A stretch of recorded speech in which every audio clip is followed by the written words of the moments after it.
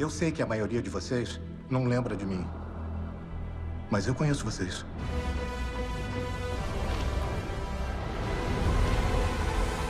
Hello guys, my name is Hello. Isabelle. I'm from CNN Brazil and CNN Pop. It's very nice talking to you. Nice to meet you. And the world of Eternia and the He-Man is very nostalgic to the audience. Did you have any connection to the cartoon while you were kids? And how do you hope people feel while watching the film?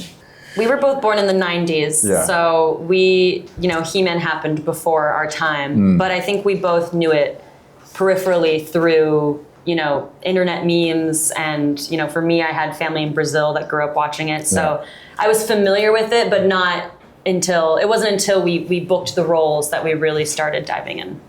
Yeah, I mean, exactly the same for me.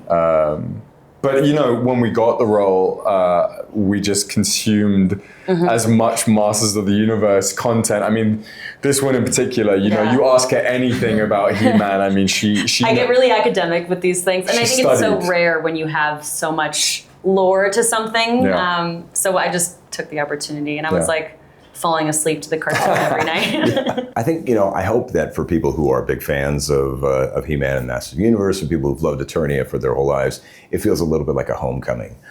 Because that was kind of the way I approached it, that, I love these characters since I was a kid, and to be able to experience this world again, it was very nostalgic for me. It felt like I was going back home again. It felt like I was revisiting my childhood. And so to try to evoke that kind of childlike glee and wonder was a critical part of bringing the movie to life in the right way. And we've seen people who are big fans that they're experiencing that as well, which is it's really rewarding for me. And that's really nice that you said that this is characters from your childhood, because the actors, they aren't from the They're a bunch of 80s. kids. They're a bunch of kids, exactly. How was the inspiration for them to portray characters that they didn't know as a childhood? They had to learn everything about it, They didn't know. They were aware from things like memes, and so they're aware of kind of the new generation's exposure to He-Man. But they, bless them, they took it very seriously, actually. Like when they came aboard, both Cammy and Nick, who didn't grow up with He-Man like I did, they really kind of fell in love with the characters from the script and the characters they were bringing to life in our movie, not knowing anything about the history of it. But they did their homework. I mean, they read the books, they read the comics, they watched the cartoons, and so they really got immersed in the world of Eternia. And so even though they didn't grow up loving this stuff, over the process of making it, they came to love it.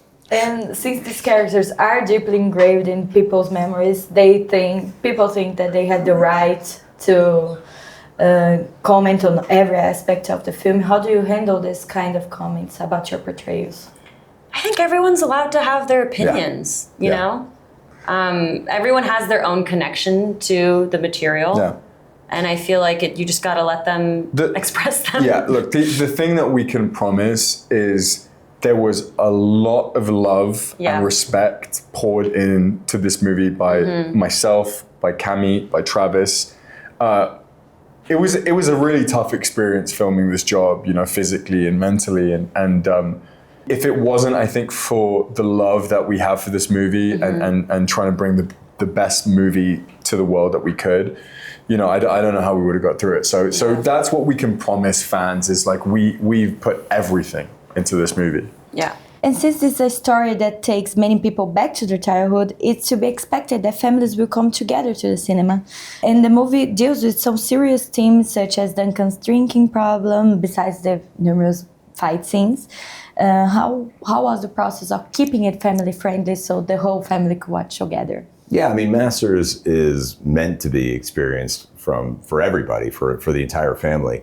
For the older members of the family, hopefully they're seeing kind of a bit of their childhood being brought to life in a loving way.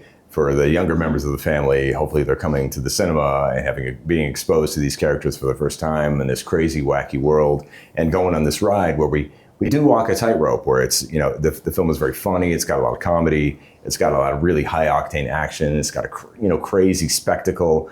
And then the thing that was most important for me to get right was to craft a film that had a strong beating heart at the center of it, that there is a lot of warmth in this movie, there's a lot of joy in this movie.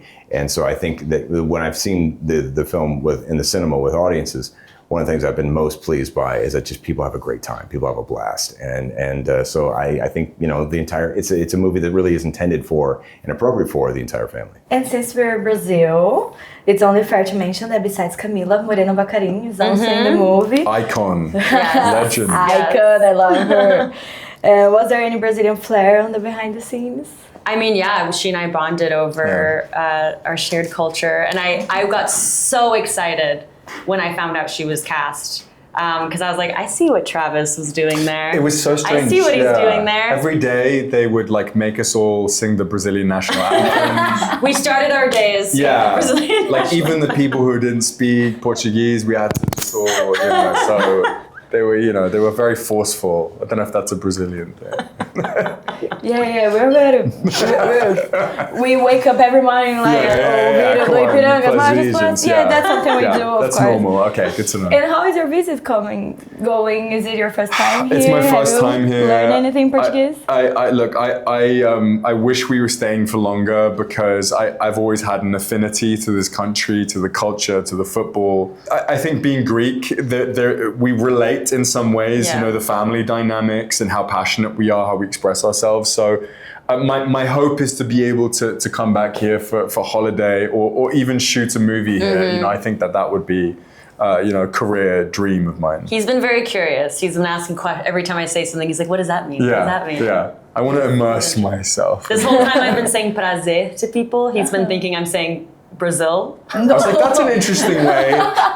English, Brazil. I'm like, cool, England. Cool. Brazil. Yeah, I like that. That's a nice thing. Yeah. And have you learned anything? Well, eu tenho a força. That's what I've been saying all day now. I love You'll never forget it. I'll never forget it. It's true. And Dolph Lundgren attended the US premiere. Yeah. Did he give you any memorable advice to any of you? Look, I mean, we shot this really fun scene together, and to me, I was just. I didn't want to make it too much of a thing for him by asking him all of this stuff. And so really, I just wanted to talk to him and learn about him and learn about his life. And what I'll say about Dolph is, he obviously, in his heyday, I mean, there was no one who looked better than Dolph Lundgren. I mean, this is a 6'5" Scandinavian, muscle bound man. But it's the least interesting thing about him. He was a chemical engineer, I believe, from MIT. He's so smart. He's so kind. And I feel very, very honored that we were able to have him in the movie, even just for a small part. And in the post-credit scene, Siga makes a brief appearance. What was the reasoning behind leaving her out of this first movie? And if you can tell me, what can we expect from her in the future? Well, movie is essentially a time-based art, so you only have so much time to tell the story that you want to tell.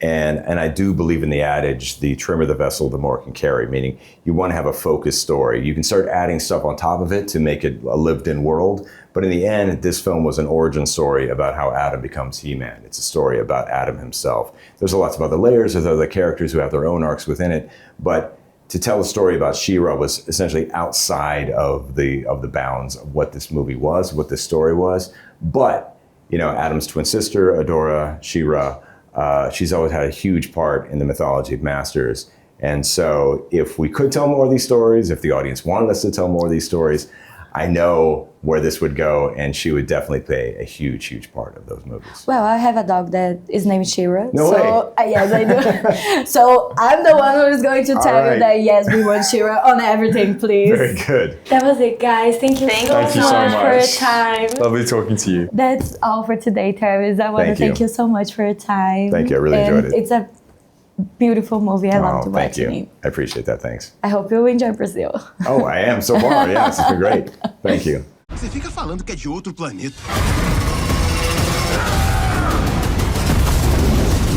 E isso faz você parecer um pouquinho lelé da cuca.